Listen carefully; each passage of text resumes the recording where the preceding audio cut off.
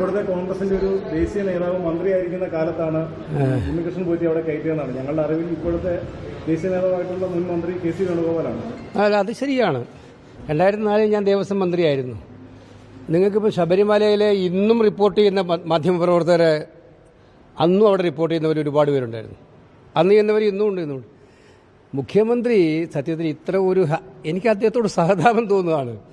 സ്വർണ്ണക്കൊള്ളയുമായി ബന്ധപ്പെട്ട് സ്വന്തം പാർട്ടി നേതാക്കന്മാർ ജയിലിൽ കിടക്കുമ്പോൾ ആ ജയിലിൽ കിടക്കുന്ന അവസ്ഥയിൽ അവർക്കെതിരെ നടപടി പോലും എടുക്കാൻ ധൈര്യം കാണിക്കാത്ത മുഖ്യമന്ത്രി ഇപ്പം എങ്ങനെയെങ്കിലും ഇത്തരം കുറ്റങ്ങൾ മറ്റുള്ളവരിൽ ചാരാൻ പറ്റുമോ എന്നുള്ളൊരു പരീക്ഷണം നടത്തിക്കൊണ്ടിരിക്കുകയാണ്.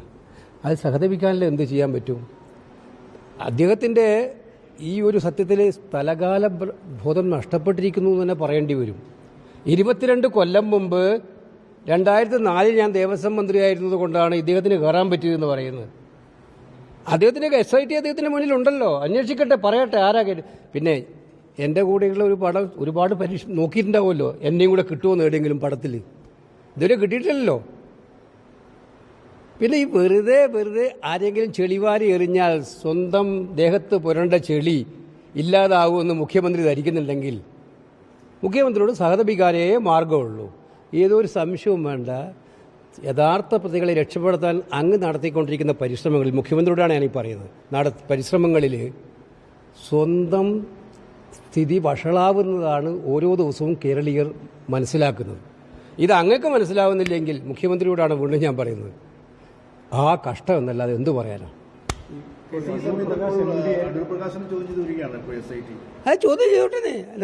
ഞങ്ങൾ അതുമൂലം പറഞ്ഞിട്ടുണ്ടല്ലോ, SIT എന്ന് പറയുന്നത് കേരള പോലീസല്ലേ, ഹൈക്കോടതിയുടെ നിരീക്ഷണമെങ്കിലും. അപ്പോൾ അവർക്ക് ഇഷ്ടമുള്ള സമയത്ത് ഇഷ്ടമുള്ള ആളെ ചോദ്യം ചെയ്തുകൊണ്ടിരിക്കട്ടെ. അതെന്താ, നിയമത്തിൻ്റെ വഴിക്ക് പോകണമെന്ന് നിങ്ങൾ ആദ്യം മുതലേ പറയുന്നുണ്ടല്ലോ.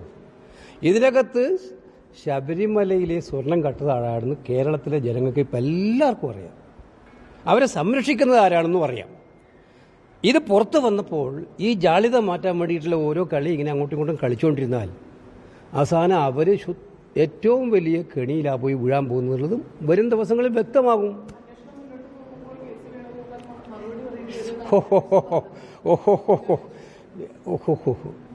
വിനയ് വിശ്വത്തിൽ പിന്നെ എല്ലാത്തിനും ഉത്തരവുണ്ടാവില്ല. ഞാൻ ഒരു കാര്യം വിനീതനായ ഞാൻ പറയട്ടെ, വിനോയ് വിശ്വത്തോടും പറയട്ടെ, അദ്ദേഹത്തിന് എന്നെക്കുറിച്ച് നന്നായിട്ട് അറിയാം. ഒന്ന് മറുപടി അന്വേഷിച്ച് നോക്കട്ടെ അദ്ദേഹം എന്താണെന്ന്. 2004 ഞാൻ ദേവസ്വം മന്ത്രിയായിരുന്ന കാലത്ത് തിരുവിതാംകൂർ ദേവസ്വം ബോർഡിൽ എന്തായിരുന്നു എൻ്റെ പ്രവർത്തനങ്ങളെന്ന് കേരള സമൂഹത്തിൻ്റെ മുന്നിൽ ഉണ്ടല്ലോ. അത് മുഖ്യമന്ത്രിയോ ബിനോയ് വിശ്വമോ ഒരു പ്രാവശ്യം വിചാരിച്ചാൽ മോശമാകാൻ പറ്റുമോ? എനിക്കാ 2004 ഏത് കാലത്ത് അന്വേഷണം വന്നാൽ എനിക്കെന്തിനാ ഭയപ്പെടേണ്ട കാര്യം? ഇതെന്തൊരു കഥയാണെന്ന്.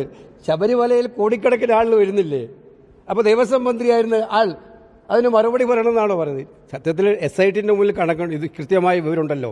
പോറ്റി അവിടെ ഒരു ജോലിയുമായി ബന്ധപ്പെട്ട് ശബരിമലയിൽ തുടങ്ങുന്നത് എപ്പോഴാണ്? അത് SIT മുമ്പിലുണ്ട്. ഞാൻ മനസ്സിലാക്കിയത് 2007 ആരാ അന്നേരം ഗവൺമെൻറ്? അപ്പോൾ ഇതിപ്പോൾ വിശദമായിട്ട് ഇത് പറയേണ്ട കാര്യമൊന്നുമില്ല. ഇത് ഇത്രയേ ഉള്ളൂ. സ്വന്തം തടി കേടായപ്പോൾ ആ കേടായ തടിയും കൊണ്ട് മറ്റുള്ളവരെ ആരെങ്കിലും തടി കേടാക്കാൻ പറ്റുമെന്നുള്ളൊരു വിഫല പരിശ്രമമാണ് അത്. ഞങ്ങൾക്ക് പൂർണ്ണ ഉറപ്പുണ്ട്. ഞങ്ങൾക്ക് അങ്ങനത്തെ ഒരു കാര്യം ഉണ്ടാവേണ്ട കാര്യമില്ല എന്നുള്ള UDFനെ ഇതിനകത്ത് കെട്ടിവെക്കാൻ ശ്രമിച്ചാൽ അത് വീണ്ടും അവർ വഷളാവത്തേ ഉള്ളൂ. ഓക്കെ, ഇത് രാഷ്ട്രീയം തന്നെയല്ലേ?